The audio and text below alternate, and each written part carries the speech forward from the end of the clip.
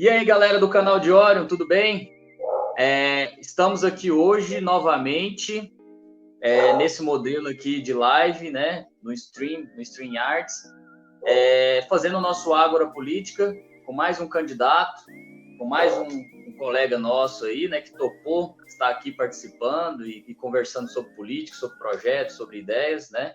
Que é o Marcola, né? O grande Marcola aí, que é do PCdoB, né, Marcola? É isso aí, o Marcola é educador social, o Marcola tem uma ampla ligação com movimentos sociais em Goiânia, né? Eu vou deixar ele se apresentar para depois a gente estar fazendo perguntas para ele, trocando aquela ideia marota. Certo. Então, gente, eu sou o Marcos Vinícius, né, Marcola, sou estudante de Ciências Sociais pela UFG, sou membro da Câmara Superior de Extensão e Cultura da UFG, representando os estudantes. Sou também da Nação Hip Hop Brasil, né, sou grafiteiro. Como você falou, sou educador social, trabalho com crianças em situação de vulnerabilidade social em Aragoiânia. E, sim, participo do movimento estudantil já tem aí quase 12 anos. Comecei no movimento estudantil, depois passei para o movimento de cultura e no movimento social como um todo, movimento negro, né, enfim. Um terço da minha vida foi de movimento social, outro terço eu passei dormindo e outro terço eu passei vivendo aí, né? E é meio que isso. Muito massa. Bem legal, velho. Trajetória grande, né, nos movimentos. Vou pedir, aquela hora eu pedi para ele estar me enviando, por exemplo, o currículo dele. Eu acho muito massa a galera que está candidatando e tem essa ampla atuação, que é tanto da academia quanto na cultura, né, cara? Que eu acho que eu admiro isso porque eu também tento fazer isso, né?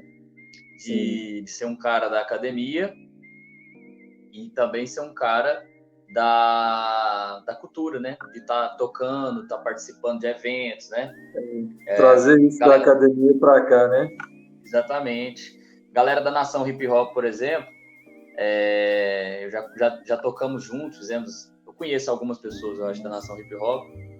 Você se apresentou, né? Membro da Nação. Então, assim, você vê que tem uma interação e eu acho isso muito massa. Bom, nós temos muito papo aqui hoje, viu, Marcola? Nós temos bastante coisa para a gente conversar. E eu quero começar com alguns questionamentos meus para você, né? Que tem a ver com alguns temas que eu venho debatendo com os candidatos. A gente está tentando, com bastante seriedade, levantar esse debate, levantar os debates que são necessários para a cidade de Goiânia, né? Então, a ideia do canal é essa, sempre de disponibilizar uma melhor reflexão, né? Um melhor debate, melhorar o debate. Porque parece que não sei se você sente a mesma coisa, parece que as eleições em Goiânia, mal começa, a gente já sabe quem vai ganhar.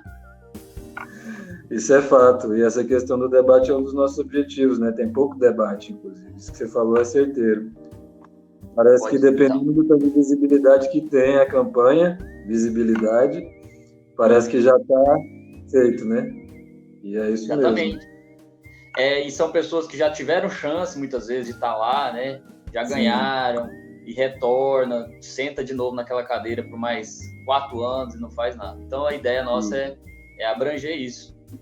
Então, assim, a primeira questão que eu tô levantando sempre é entre a educação ou a questão que também me incomoda muito hoje, é a questão do meio ambiente, né? Mas eu vou perguntar para você sobre educação, como você já trabalha nas ciências sociais, é educador social, como que você enxerga hoje o nosso município no quesito educação? Você acha que a prefeitura, né, o município anda tendo algum avanço? Você avalia as últimas prefeituras, os últimos mandatos com avanços na educação ou retrocessos? Primeiramente, essa questão. Assim, primeiro, parabéns, né, pela iniciativa, como eu falei antes. É muito importante suscitar esse debate. E, assim, eu acredito que a educação em Goiânia, ela fica muito estagnada, muitas das vezes, né? Eu vejo, assim, que a prefeitura, ao longo dos anos, ela tem tentado fazer um mínimo e aí não tenta sair desse mínimo, e esse mínimo ainda assim é muito pouco, né? Digamos assim. Porque uma educação de qualidade não se resume só à reforma de escola e dar uniforme para estudante, né? Tem várias outras coisas que envolvem uma educação de qualidade. E a gente, por exemplo, tem a bandeira que é de consolidar essa implementação dos conselhos escolares, né, que nada mais é do que um conselho em que os pais fazem parte, a sociedade civil faz parte, o corpo escolar da escola faz parte, né, os alunos, os professores, direção, coordenação, enfim. E esse conselho escolar ele serve muito para gerar a estrutura que essa escola recebe, para direcionar, né, definir o que vai para quê. E isso aproxima mais pais e sociedade da vida escolar do estudante, contribui para que, com esse acompanhamento, a gente saiba melhor quais são as demandas de cada escola, porque também não adianta pensar que toda escola é igual, né?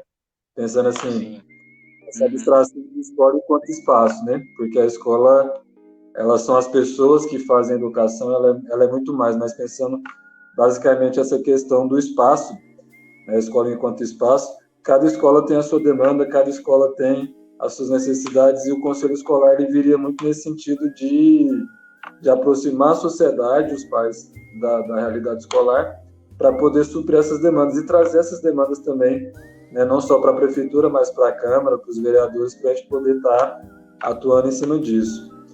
Tem uma outra questão que também é relacionada à educação, que são os CMEs, que assim virou moeda de troca por voto, assim, nessa questão das vagas nas creches, nos CMEs, que é uma outra coisa também que a gente tem a perspectiva de dar uma mudada nisso daí. Porque tem pessoas, eu tenho uma amiga que ela tem um filho de 5 anos e ela está com 5 anos esperando uma vaga em creche. Eu tenho a nora da minha esposa, que ela está com o filho dela esperando mais de 1 ano e ele é o quarto da fila de espera. Aí eu fico pensando assim, o que faz uma pessoa esperar 1 ano para uma vaga que tem 4 na frente dela? Então, assim, se a gente não tem vaga em creche em 1 ano, nós precisamos ter mais vaga em creche, precisamos construir creche. Então, assim, é pegar esse gerenciamento desses dados e demandas de quem precisa, onde que precisa, qual é a região, e, de alguma forma, usar os algoritmos, né? Que a gente faz uma discussão também grande sobre essa questão da vigilância da internet, mas é usar os algoritmos para estabelecer critérios de escolha para essas famílias que estão esperando vaga. Então, não dá para uma pessoa ficar esperando e outras pessoas passarem na frente. E por que passar na frente? Qual foi o critério para passar na frente? E muitas das vezes é uma conversa com algum político ou com alguém que tem afinidade com o político, fala, conversei com fulano, ou vou conversar com ciclano, e aí resolve uma vaga em creche e outras pessoas ficam esperando. Então, primeiro é mudar essa lógica de dar o básico e achar que está bom, ter esse gerenciamento do sistema de educação, principalmente nas creches, mas também entrando na questão das vagas nas escolas, que a gente também sabe que é um problema. E um outro que, assim, é bandeira do movimento social há anos, e eu acho que ainda vai continuar sendo, se a gente não conseguir mudar isso, que é a valorização do professor, né? Formação continuada, questão do salário, qualificação, estrutura para poder dar as aulas, né? Cumprir com esse sacerdócio que é ser professor, trazer um pouco mais de assistência psicológica também para os professores e professoras, porque a gente tem visto isso também acontecer muito, professores que estão adoecendo, né, mentalmente. E então, assim, a gente procura olhar para a educação com muito carinho, né? Não é só porque eu sou professor, mas é porque eu vejo muito a importância que é uma educação na vida de quem precisa de fato, né? Por preto de periferia, o que foi a educação na minha vida, hoje eu estou cursando uma universidade pública, né? Essa é a nossa visão com relação à educação, um pouco, né? Com certeza, mano. Eu acredito muito nessa atuação que a gente tem, né, em defender a educação, todos os professores, né, quem se vincula à política, que é professor, tem até um movimento agora dos professores no legislativo, né? Sim. Eu acho isso importante porque as pessoas muitas vezes não conhecem a realidade da educação, né? Pensa que educação é simplesmente, hoje em dia, você falar em dinheiro. É dinheiro? É também. Mas não adianta você, por exemplo, ter dinheiro e não ter estratégia de como fazer esse negócio acontecer, né? É o que você estava falando, como nós vamos filtrar isso para cada realidade, né? Cada escola em cada periferia tem uma realidade, cara. Tem aquela escola que vai ter uma qualidade melhor, né, vamos dizer assim, de professores que querem ir mais para aquela escola do que para o outro, né? Eu que trabalhei no estado, você sabe disso também, né? Tem regiões que o professor não quer ir. Então, essa região que os professores não chegam, obviamente, a qualidade do ensino cai lá embaixo, e aí tem que ter uma análise diferente para aquela região, né? Sim, uma análise estratégica, né? Isso que você falou muito bem, né? Usando até uma questão de uma inteligência para descobrir questões de vagas, né? Dos algoritmos. Acho interessante isso, porque hoje em dia a gente sofre muito com o desperdício de esforços, né, cara? Tem vagas e tem maneiras de resolver fácil, mas ninguém quer só jogar para debaixo do tapete, né? Cara, isso que você falou interessante, só um parênteses que você falou, porque assim, eu tenho falado na campanha, durante a campanha, que tem muita política pública que dá para fazer com pouco recurso. E geralmente as pessoas não querem fazer, os políticos não fazem com pouco recurso, porque já precisa ter muito recurso, porque já está dividido. Já tem fulano que vai entrar na partida do bolo, já tem ciclano que a gente tem que ajudar. Então tem muita coisa que realmente não precisa de muito recurso e que a gente não faz por falta disso que você falou aí, que é falta de vontade, sei lá, né? Alguma coisa assim. Com certeza, velho. É um projeto de destruição da educação, eu imagino. Eu, pessoalmente, acredito num projeto de destruição da educação a nível nacional. Há muito tempo eles estão planejando isso, né? A gente pensa que é conspiração, muita gente fala, é conspiração. Não, mas se você for parar para observar, cara, a diminuição dos gastos e a falta de preocupação com a educação, desde a esfera federal até a municipal hoje em dia, é muito grande.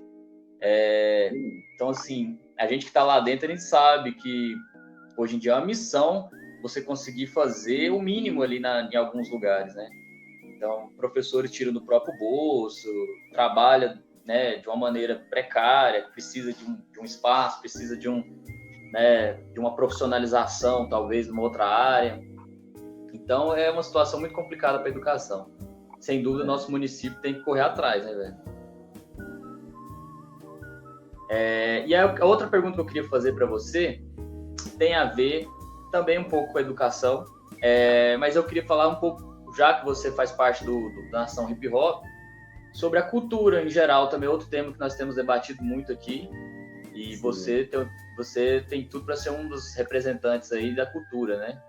Sim. Então, como que você imagina que hoje Goiânia, né, a nossa cidade, está em relação à cultura?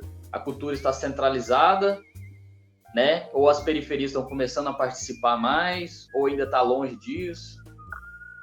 Como é que você entende a nossa logística? Para mim, isso aí é bem interessante também. Para mim, a cultura está bastante centralizada. As periferias, elas fazem o esforço de atuarem também culturalmente, né? De terem seus espaços de cultura, mas existe uma criminalização da cultura em periferia, né? Essa que é a verdade. Com certeza. Na medida em que se tenta fazer esses movimentos próprios de periferia, né, as batalhas, os eventos de hip hop, a gente sofre uma criminalização por parte da polícia, né, por parte da força do Estado ou da prefeitura mesmo, com a Guarda Municipal, de criminalização mesmo, né? Então, assim, eu sou da época do Chorinho, desde o começo, quando começou o projeto Grande Hotel Revive o Choro, né? E aí teve uma época que ele mudou lá para a Praça do Trabalhador e foi cercado para não ter os ambulantes, né? E aí a gente fez um movimento que era um movimento cultural contra o choro, onde a gente começou a fazer o nosso evento, nós por nós mesmos, lá na Praça Universitária, que resultou no que ficou sendo chamado de Praça Roça. Né? A gente começou lá esse movimento. Eu lembro no primeiro dia, a gente com uma caixinha de som pequena, ele umas 10, 15 pessoas para tocar umas músicas, e a gente pensando, não vai vir ninguém, né? Vai ser só a gente, tudo. E a Praça Universitária encheu de gente que a gente não conseguia ver o final dela, e as pessoas nem ouviam o que a gente estava tocando. Aí aquilo continuou toda sexta-feira e virou a Praça Roça. Então, ainda assim, precisa descentralizar, porque o setor universitário ele é no centro da cidade, né? E a gente vê, eu já fui mesmo num evento que era na periferia, no Dia Nacional do Samba, em comemoração ao Dia Nacional do Samba. E antes da meia-noite a Guarda Municipal já estava lá para poder mandar desligar o som e tudo. né? Então, assim, quando acontece no centro, acontecem as autorizações, tem esses acordos, né? Esses facilitadores que esses organizadores do centro têm de fazer e de permissão, que a gente acaba não tendo nas periferias. Então, Goiânia, infelizmente, e aí é muito infelizmente mesmo, ela é muito centralizada na cultura e mais ainda, ela é muito monopolizada na cultura, né? É uma cidade da monocultura, do sertanejo universitário, que desconhece outras formas de cultura, outras expressões culturais, né? O samba, o hip hop, as culturas tradicionais, o coco, samba de roda, né? Então, assim, Goiânia ainda precisa pensar muito, ou na verdade repensar muito a cultura e a produção cultural que ela faz na cidade, né? E justamente uma proposta nossa é essa de descentralizar a cultura, tentando fazer editais que sejam só para as periferias, né? E aí, com observação da Guarda Municipal, já aí não criminalizando, mas ajudando ali na segurança, né? E pensar um pouco em trazer, na verdade nem trazer, né? Mas em deixar que a periferia e que esses outros espaços demonstrem as suas expressões culturais. Muito bem, velho. Eu participei muito de eventos, igual eu falei para você, junto com a galera do rap, do hip hop. Eu não sou do rap nem do hip hop, né? Eu sou da cultura mais underground, do rock, né? Minha banda era de punk, hardcore.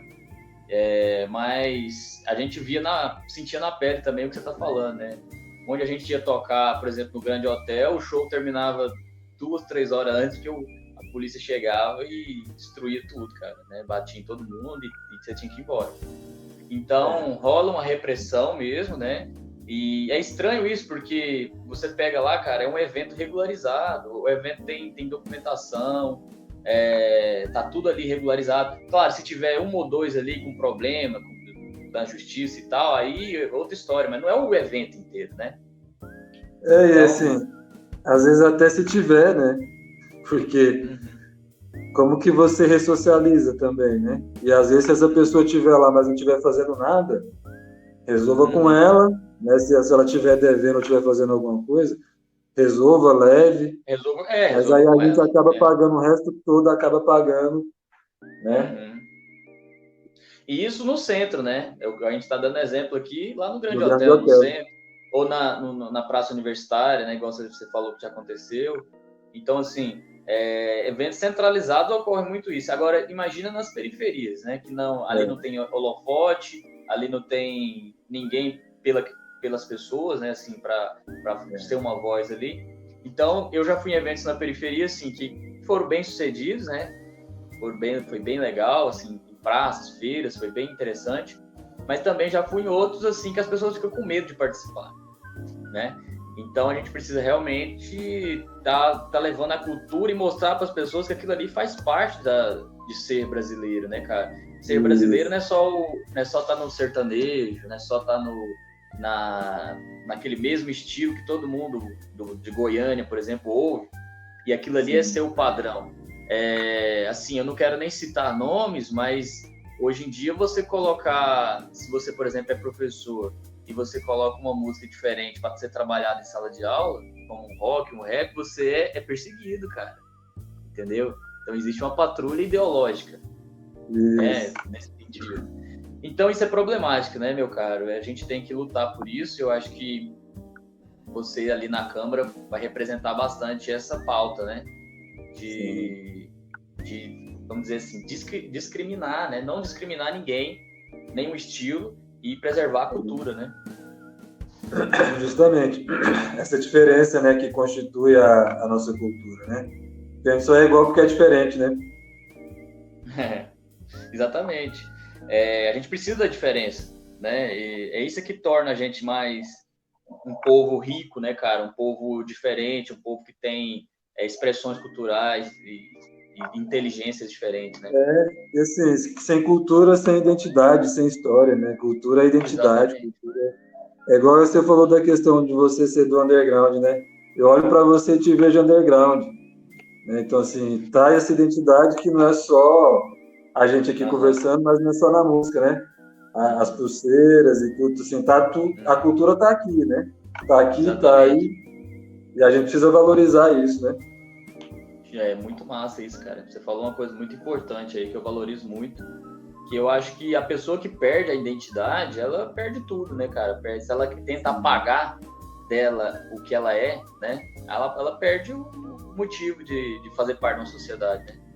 E eu acho que a educação hoje tem um papel muito, muito forte nisso, e é por isso que a gente tem que se levantar contra essas escolas que estão fazendo patrulha ideológica contra os professores aí. Eu estou sabendo de vários casos, entende? Então, assim, o professor, então, é do rap, ele não pode mostrar a cultura dele do rap na escola, porque o rap é marginalizado, entendeu? Isso é muito grave, cara, né? Isso é muito grave. Em pleno século XXI, a gente está debatendo isso, sabe? É surreal. Mas venceremos, né? Venceremos. Eu quero trazer para você agora, eu quero pedir para você ouvir o áudio da Mariana, né? Que ela mandou um áudio para você, especialmente para você, fazendo uma pergunta. Boa noite, Marcola. Meu nome é Mariana. Gostaria de saber de você como você pensa em contribuir para solucionar os problemas de irresponsabilidade ambiental. A gente está vendo muitas queimadas, muito desrespeito às nascentes, poluição, emissão de poluentes na atmosfera cada vez maior. Queria saber de você qual vai ser a sua contribuição para o bem do meio ambiente em geral. O Marcola vai responder esse áudio. Vai lá, Marcola. Então, essa pergunta é interessante porque, assim, uma das grandes propostas que eu tenho é de fiscalizar as obras em áreas de preservação permanente em Goiânia, né? E aí, assim, eu sei que eu posso estar comprando uma briga muito cara, mas essa é uma briga que eu tenho vontade de comprar mesmo. Tem algumas obras em Goiânia, algumas são casas em que a gente tem a proposta de ver a questão da regularidade e também ver uma proposta de solução, seja uma outra casa, seja um outro lugar, ou regularizar essas famílias, mas tem muita construção, como o Carrefour, como o Passeio das Águas, como até mesmo o Gold da Noroeste, eles são construídos em áreas de preservação permanente. Né? Então, assim, tem uma comissão na Câmara que é do meio ambiente, e aí uma proposta seria instituir uma comissão que vai visitar esses empreendimentos, né, em áreas de preservação e punir ambientalmente esses empresários, né? Tem muito condomínio também em área de preservação. Então, assim, essa é uma briga fundamental que a gente vai comprar, que a gente vai levantar dentro da Câmara Municipal. E, para além disso, a gente tem pensado também em uma forma de educação ambiental, né, que seria feita pela Prefeitura na cidade como um todo, né, desde lixeiras de coleta seletiva, em vez dessas lixeiras só amarelinha da Comum, que pega tudo, serem lixeiras de coleta seletiva. Tem a outra questão também, que é de colocar nas escolas e nos CMEs já uma proposta de educação ambiental também junto, né, assim, que seja extracurricular, de alguma forma que isso já entre na escola, nos CMEs, para que a gente cumpra esse papel de educação ambiental e de estabelecer um critério na questão da licitação e das parcerias público-privadas feitas pela prefeitura, de só participar empresas com responsabilidade social e ambiental. Né? Assim, tem muita coisa que acontece dessa mesmo, igual ela colocou a questão dos poluentes e tudo. Essas questões a gente precisa aí já de um plano diretor mais eficiente, né? E aí já é um outro patamar de luta, mas que a gente pretende, sim, pautar. Mas, essencialmente, fiscalizar obras em área de preservação permanente e pautar uma cultura ou uma prática educativa, tanto na cidade quanto nas escolas, e essa de a prefeitura só permitir participar de licitação e das parcerias público-privadas em empresas que sejam responsáveis ambiental e socialmente. Então, assim, nessa questão do meio ambiente, a gente está muito ligado, muito focado, né, porque a gente precisa discutir isso para ontem, né? Não dá mais para a gente não fazer essa discussão e levantar essas questões. Muito bem. O meu vídeo caiu aqui rapidinho, mas voltei. Eu estava ouvindo. Muito bem, cara. Eu acho isso um tema também super interessante, sabe? Assim, e necessário ser debatido. Eu achei interessante a pergunta dela também. Porque realmente, na época da construção do shopping, né, o Passeio das Águas, ali a gente sabe que ali tem uma nascente antiga, né? E que é uma área de preservação. E que passou longos anos na justiça, né? Eles estavam lutando para construir ali algum empreendimento. Acabou que não deu resultado, né? Assim, não deu resultado da lei impedir que eles construíssem. Eles conseguiram uma autorização judicial para construir, né? Não sei se você se acompanhou de perto isso, eu também eu acompanhei de longe, assim. Pois é, eu acompanhei assim, também, assim, pelo que a gente conseguiu ficar sabendo, e aí essa é a grande questão, né? Qual é a lei acima da lei? Porque a lei ambiental fala que não pode, né? Então, assim, tá na lei, então como que consegue, né? Igual o pessoal me pergunta assim, fala, mas para construir precisa de autorização. E aí eu fico pensando, bem assim, então vamos rever quem que autorizou e por que autorizou e como que passou por cima, porque assim, tem muita coisa que acontece também na política e essas autorizações que vem do conchavo político também, né? Com certeza. O hospital foi construído em área de preservação permanente. Aí você pensa assim, não pode construir um hospital, para poder pode, mas aqui tem que ser, não tem que ser em uma área de preservação permanente. Então, assim, é pensar que essa lógica do meio ambiente é igual aqui, onde eu moro aqui mesmo, aqui, ó. Eu pego uma marginal aqui e ela é toda ela construída do lado da marginal da Nicusa aqui. Então, assim, tem condomínios, tem condomínio fechado, que deságua, o esgoto deságua. Então, assim, quem autorizou? Vamos responsabilizar quem autorizou, é o dono do empreendimento. E é igual eu estava dando o exemplo das casas. Essa questão das casas, eu acho que ela é mais peculiar por conta de serem famílias que precisam de um lugar onde morar, né? E aí nessa questão é ver uma remoção, arrumar um outro espaço para elas terem a casa delas, ou se for para ficar lá tem que ter alguma medida, porque assim, não dá para continuar danificando o meio ambiente só por questão de moradia. Porque a prefeitura tem muito espaço vago ainda.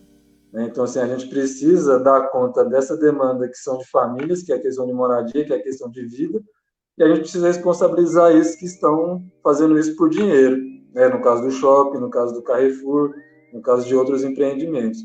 E responsabilizar. Assim, eu acho que não tem outra saída a não se responsabilizar, porque se a gente não fizer isso, outras vão continuar acontecendo, né? Com certeza. Não, aqui no meu setor também, cara, o desrespeito com o meio ambiente é, assim, terrível. É a ponto de eu pensar, assim, eu acho que quem tiver alguma consciência, pensar que não existe leis ambientais, entendeu? Nem a nível municipal, nem estadual, nem federal, entendeu? Porque você vê, assim, emissão de poluentes. Eu já falei isso em todos os vídeos, a galera deve estar, assim, até pirando, porque... Não, mas tem que falar nisso, cara. Cara, virou uma pauta assim que eu peguei para ser a minha bandeira, porque eu sofro na pele isso aqui, sabe? Eu tenho problemas respiratórios, por exemplo, assim. Eu já tive mais, hoje em dia, tratamento, eu tô de boa, né?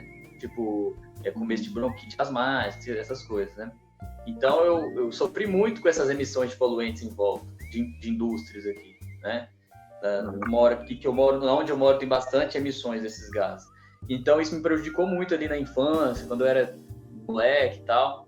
Hoje em dia eu consegui equilibrar. Mas assim, você vê que as pessoas fecham os olhos. É normal uma cidade onde tem essas poluições mesmo, e é isso aí, nós temos que aprender a conviver. Eu não vou aprender a conviver. É aquela história. Ou a gente resolve politicamente, que é a maneira mais civilizada, ou eu faço o seguinte, eu também eu não sou pacifista, né? E se eu não conseguir politicamente, eu vou dar um jeito de sair. Então, assim, eu já falei que se eu não conseguir resolver na cidade, eu vou para outro lugar, vou morar numa região que não tem essa poluição. Sim. E aí não dá para eles pensar que, sim, é bem isso que você falou, assim, se tá ruim, vai pro meio do mato, né? Exatamente. Assim, bom, mas aí quem vive na cidade é porque, assim, cara, eu acho que isso é muito não pensar nas crianças, sabe? Que a gente, igual você falou assim, você desde criança e agora você já mais velho e eu também, né? E assim, e os próximos, cara, e as próximas gerações, esse calor que a gente viveu aí, e assim, igual você falou, eu saio na rua, eu fico olhando isso, eu fico pensando, falei, gente, como que todo mundo leva a vida normal assim, cara? E os filhos, os sobrinhos, os netos, tá achando que é perpétuo a história, assim, a nossa relação com o meio ambiente é tudo bem, cidade funciona assim, interior funciona melhor, mas e aí? A gente vai expulsar daqui? E você vê, a gente tenta, né, lutar, e quando eu falo assim, que eu vou sair, porque a gente tenta lutar as últimas, né, fazer nosso ativismo, mostrar para as pessoas que está errado, exigir uma resposta do poder público.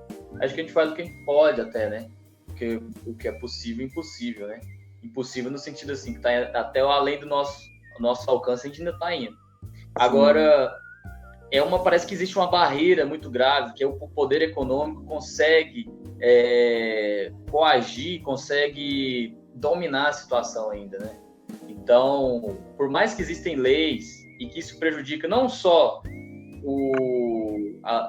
todo mundo aqui que está em volta, mas prejudica o cara também, que é o dono da indústria, que é dono daquela empresa que está emitindo, está prejudicando ele a longo prazo. Então, assim, se ele não consegue enxergar isso, tem que ter um Estado forte, tem que ter uma fiscalização que mostre isso para ele. Falar, cara, você vai ter que ser punido, porque senão a sociedade vai ser punida lá na frente, né? E aí é nessa que entra a educação ambiental, né? A gente começa a fazer isso para mudar a prática da sociedade, para ela começar a cobrar mais quando isso acontecer, igual essa mesmo de só aceitar empresas com responsabilidade social e ambiental. Isso está cada vez mais em voga, né? Na sociedade, a busca por por empresas que têm essa responsabilidade, né? De reaproveitamento de resíduos ambientais e tudo. E assim, essa é uma das formas também de mudar esse comportamento, né? Porque, igual assim, a gente precisa entender, a gente precisa sair dessa normalidade, né? Assim, parece que a gente foi adestrado a pensar assim, não, é normal, é assim que vai acontecer, mas para a gente mudar essa perspectiva, eu acho que precisa também de um movimento de educação, que aí eu penso que desde as escolas, né, a gente pode também colocar isso, e aí na sociedade, ciclovia é uma dessas também, que vai nessa questão ambiental, né? Por exemplo, outra aqui também que é uma pauta cara é um transporte público de qualidade, que é o transporte coletivo, né? Se a gente tem um transporte coletivo eficiente, de qualidade, a gente desafoga o trânsito. Mas não dá para eu pedir para as pessoas usarem o transporte coletivo como está também. Então, assim, tem muita coisa, muita minúcia aí, que é transversal, né? Tem a política que é boa no lado, mas ela transversaliza no ambiente, na economia, e assim, é pautar uma cidade economicamente e ambientalmente sustentável, né? Não dissociar a economia disso, mas trazer a possibilidade de um mínimo de harmonia, né, nessas questões aí. Exatamente, é buscar o meio termo, né, que hoje a gente não prejudique, né, o emprego e a renda, o lucro, né, dessas empresas que já estão aí. A gente não tem como, né, mudar essa realidade, tem que, na verdade, fazer uma parceria ali, né, criar uma conscientização junto com as empresas, e a gente tem que mostrar, cara, que eu acredito que a gente tem que mostrar que o lucro, ele não é inimigo da natureza. Tem uma coisa muito grave que as pessoas pensaram, a gente pensa que o lucro é inimigo da natureza. Agora, isso foi pensado, lógico, antigamente, né? O capitalismo, desde a sua origem, vem sendo bastante selvagem, destrutivo, né? Com as suas práticas. Mas hoje em dia a gente vê que isso não tem, cara, não tem como. Vai chegar no limite, hoje já chegou nesse limite, que os próprios capitalistas sabem, né, os próprios empresários, eu estou falando assim a nível de grandes empresários mesmo, sabem que não tem como manter um estilo desse, né, destrutivo na natureza, no impacto da natureza, na fauna, na flora, né? Assim. Tem uma pergunta aqui, Marcola, que veio do Marcelo Santos. Eu acho que o pessoal até tinha me mandado outras perguntas aqui no chat, esse chat da live aqui, e eu acabei talvez perdendo, porque eu saí aquela hora e voltei. Mas se quiser me mandar mais perguntas aí, galera, manda direto no meu Instagram que eu consigo ver e fica lá fixado, tá? Bom, o Marcelo Santos me mandou uma pergunta que é: Marcola, você como educador, qual a sua proposta para resolver o problema dos CMEs? Você já tocou nesse assunto, né? Um pouco, né? Você quer reforçar alguma coisa aí?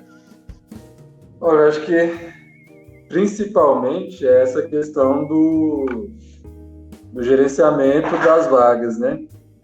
Pensar aí, porque assim, os CMEs eles funcionam por região, né?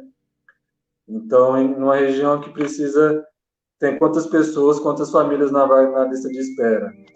E aí pensar essa demanda, e a partir dessa demanda, com esse algoritmo, né, com essa criação desse programa mesmo, que vai deixar menos na mão de pessoas a decisão para quem vai à vaga, e mais na mão de um sistema programado mesmo para pensar isso.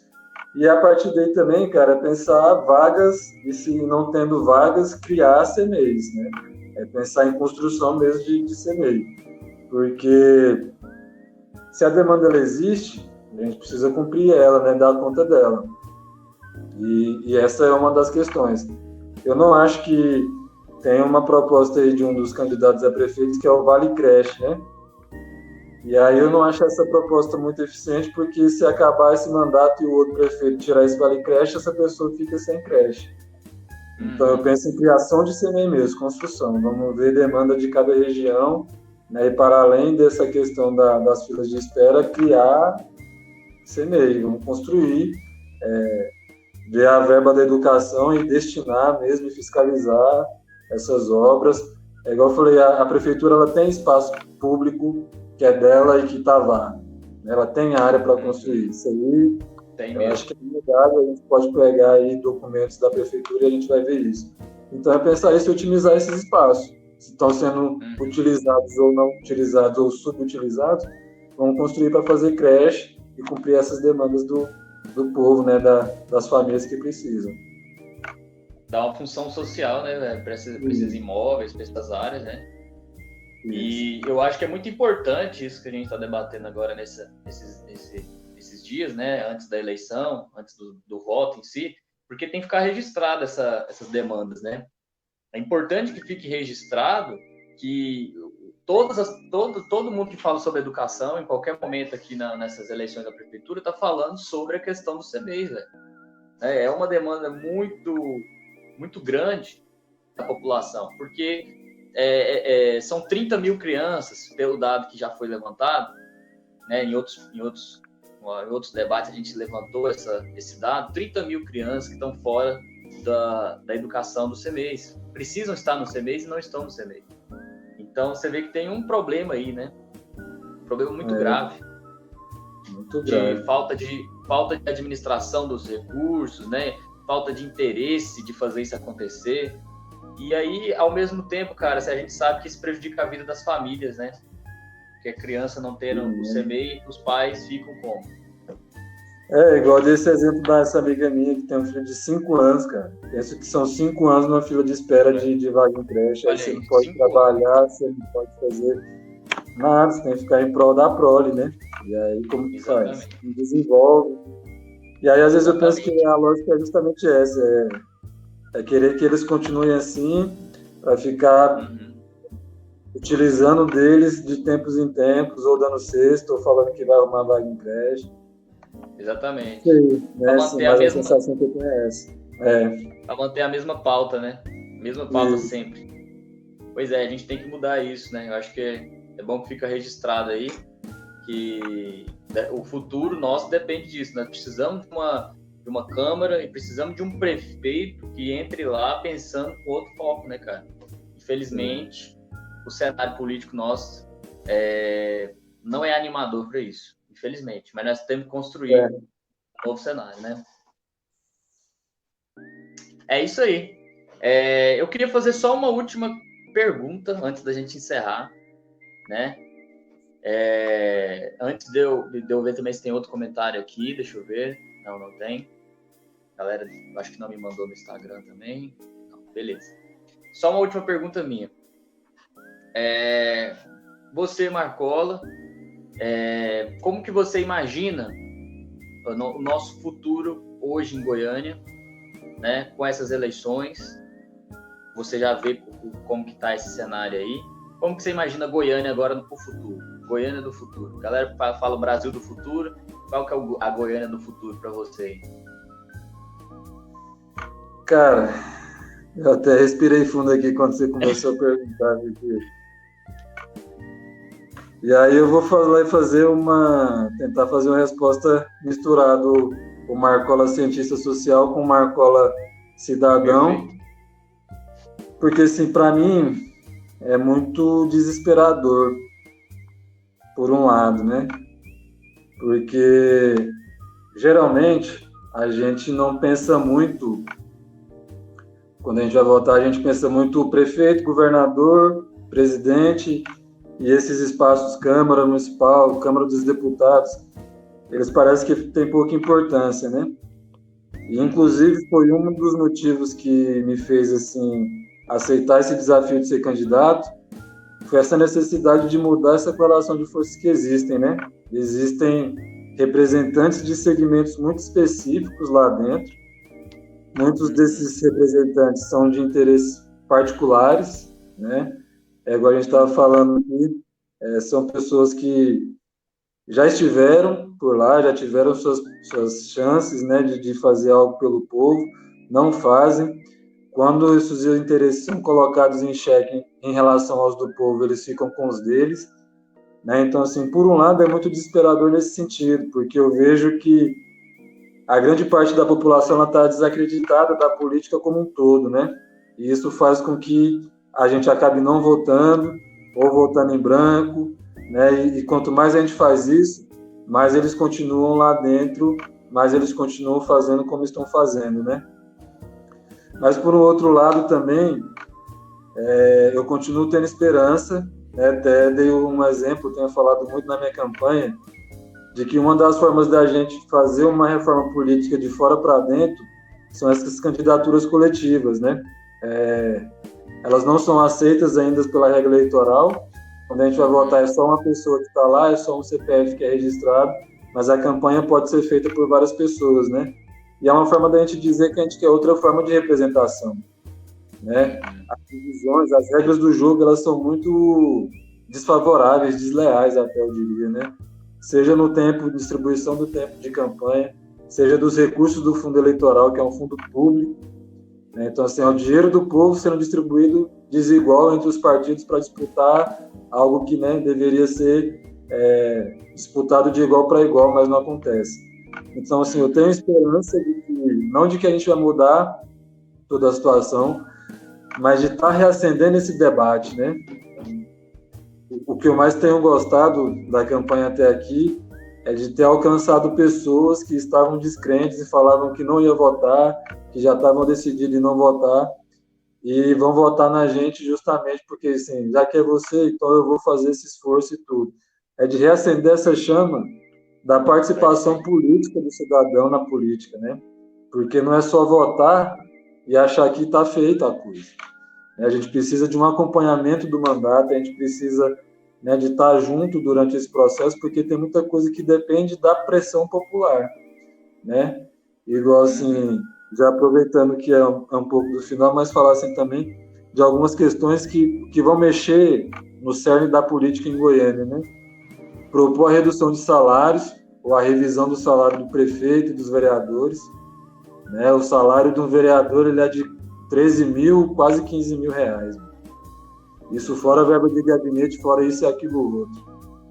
E assim, tem gente que quer ser eleito para ganhar a vida e fazer a vida, né?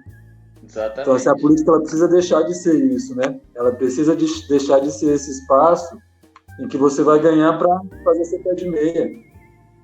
Não dá para continuar sendo assim. Então, o cenário ele é muito desastroso, né? Quando eu vou fazer essa análise mais pura, mas ele é muito esperançoso nesse sentido de que eu penso que tem várias candidaturas como a minha, que busca fazer esse resgate do debate, esse resgate, uma disputa do discurso, do que é de fato a política participativa, o mandato coletivo, é de a gente estar junto, é pensar um time, é pensar que a gente não vai se separar depois que a gente for eleito, né, mas vai continuar junto.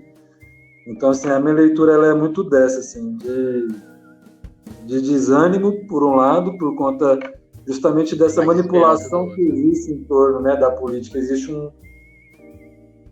sei lá, é até de uma nuvem, parece, na nuvem do povo, assim, e a ideia é discutir nébula, isso. Né? E a ideia é discutir isso E reverter, né? Tentar reverter ao máximo tudo isso. Igual eu falei, eu sei que a gente não vai mudar toda a situação só com o nosso mandato, mas a gente vai fazer mudanças sim, a gente vai causar mudanças quantitativas para uma qualitativa maior mais para frente, com certeza. É isso aí. Muito obrigado, Marcola. Valeu. Ótima fala aí no sua do final, cara. É isso aí mesmo, sabe? Eu acredito nisso aí. Acho que a presença tem que estar na política, não fora. E que as pessoas reacendam interesse com candidaturas como a sua, como de outros candidatos que tiveram aqui também. E é isso aí, cara. Tamo junto. Tamo junto. Valeu. Obrigado pelo espaço aí, parabéns pela iniciativa. Acho que a internet é isso, né? A gente precisa usar dessas ferramentas que a internet também dá pra gente. Não é só ficar falando da vigilância, mas isso aí é uma coisa fundamental que tem que acontecer. A gente saber usar das redes, né? Parabéns demais pela iniciativa. Sucesso, né? Espero que isso gere frutos mais para frente aí também, em outros canais, e você continuar fazendo esse trabalho aí, que a gente precisa pautar a política mesmo em todos os espaços. É isso aí, tamo junto. Valeu demais, Valeu, velho. abraço.